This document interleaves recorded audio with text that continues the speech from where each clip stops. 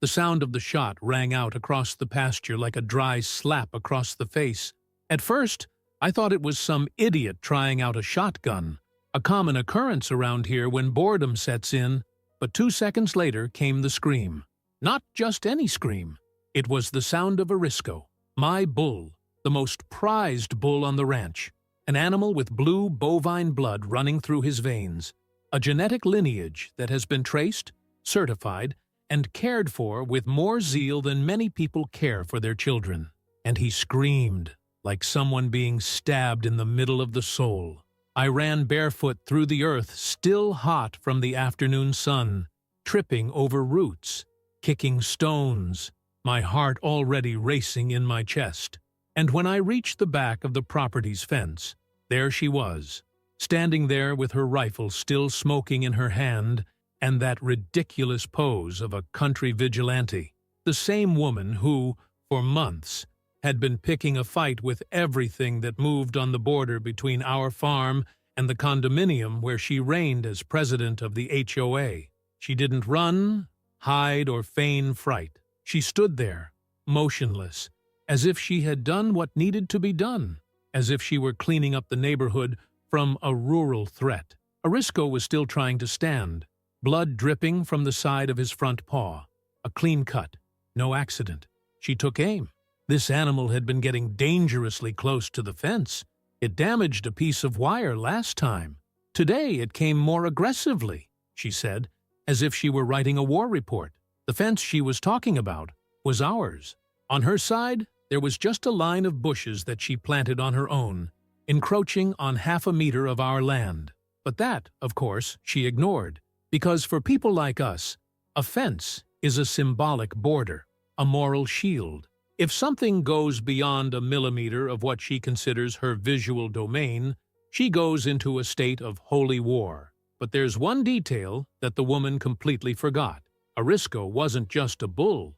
He was an agricultural asset registered in the federal database as protected genetic heritage, part of a program to preserve and reproduce rare strains of Brazilian livestock.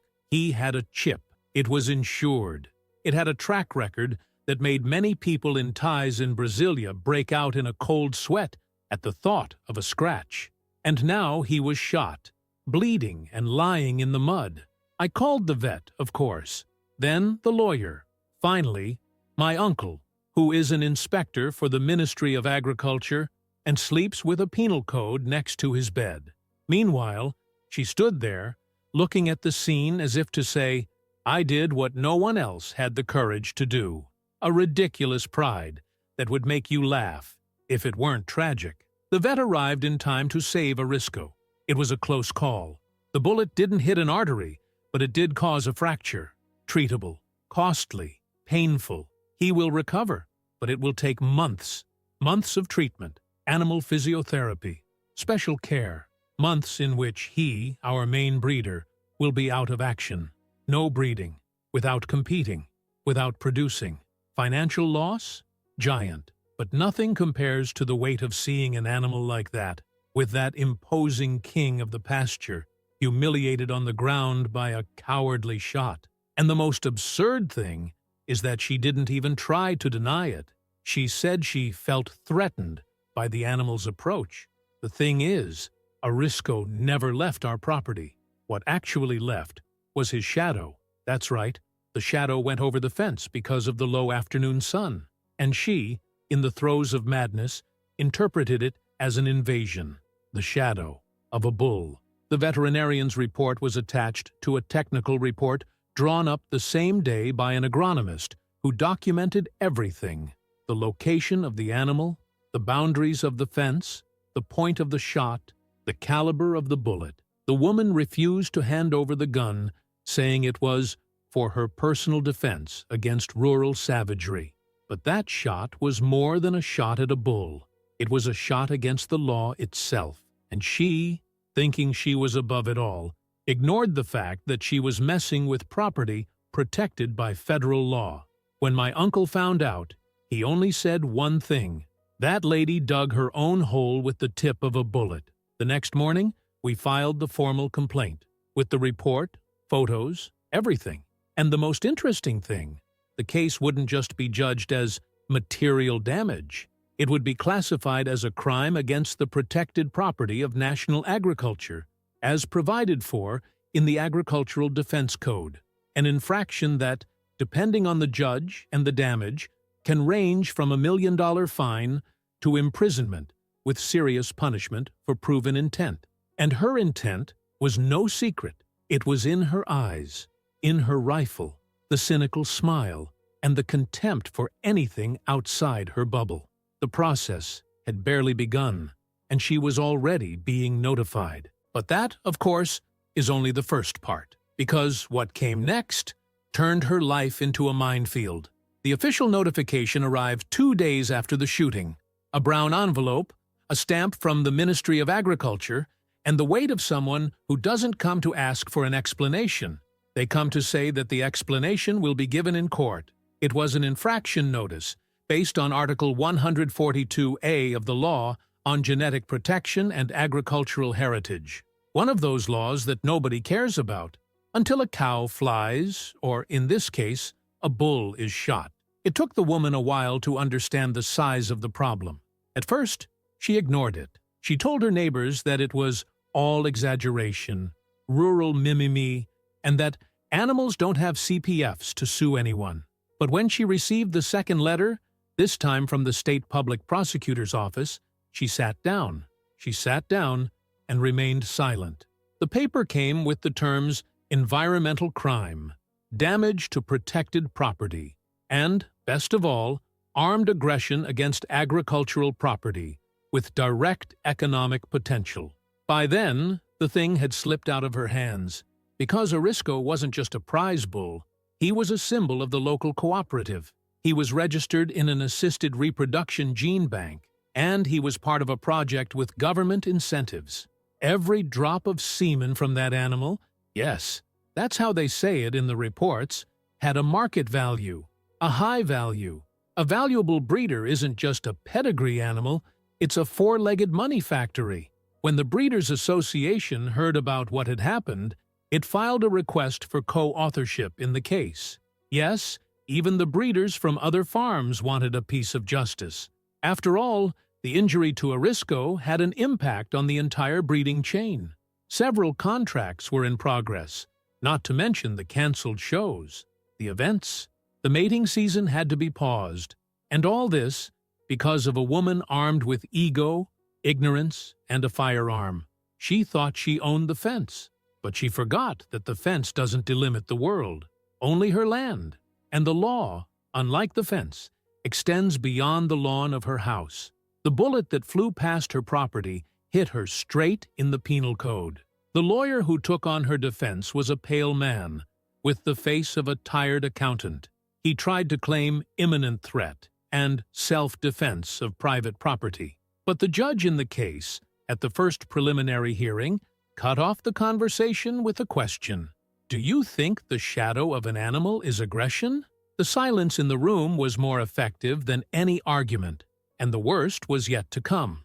Forensics proved that the shot was fired less than 2 meters from the fence. What's more, the design of the bullet found matched a type of ammunition prohibited for civilian use in residential areas.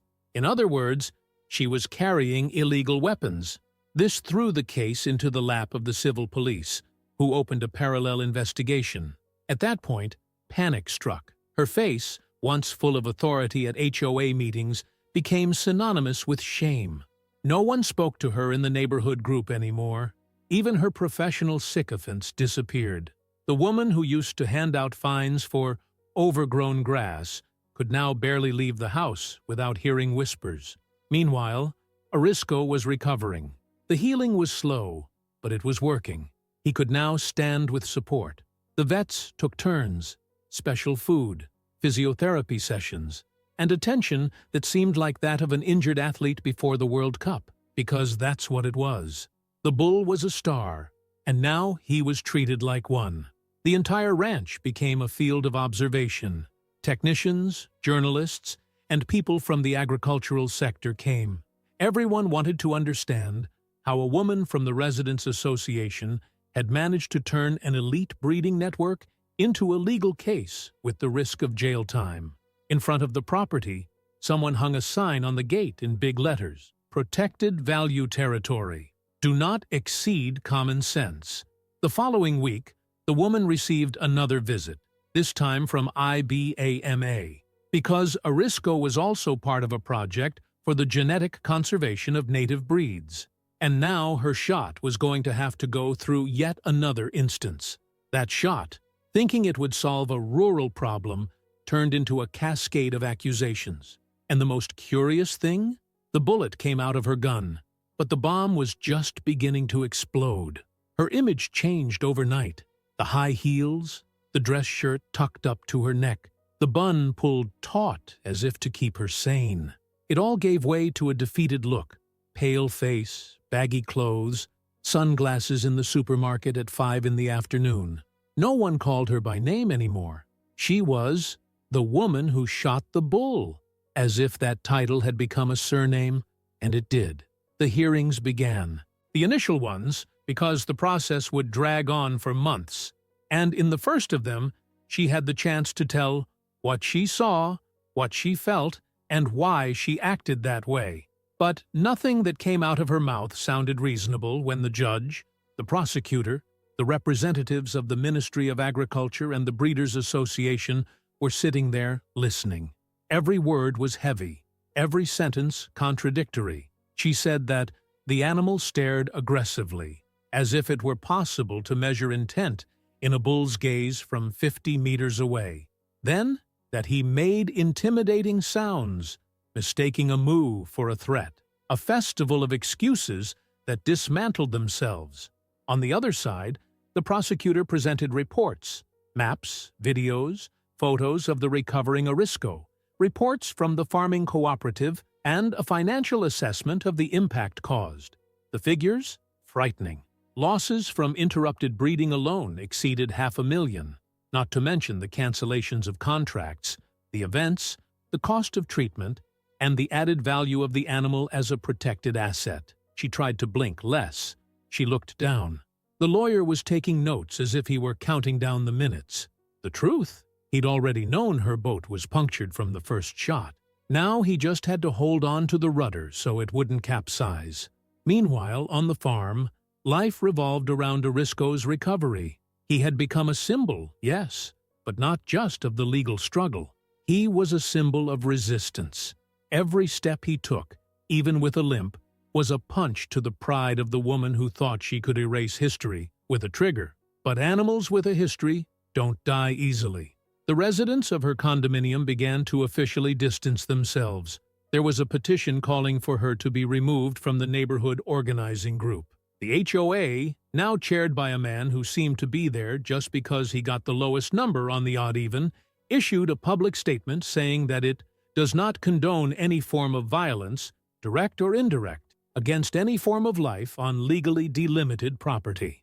It was their way of washing their hands. But the whole neighborhood knew who had fired the shot. And washing your hands doesn't erase gunpowder.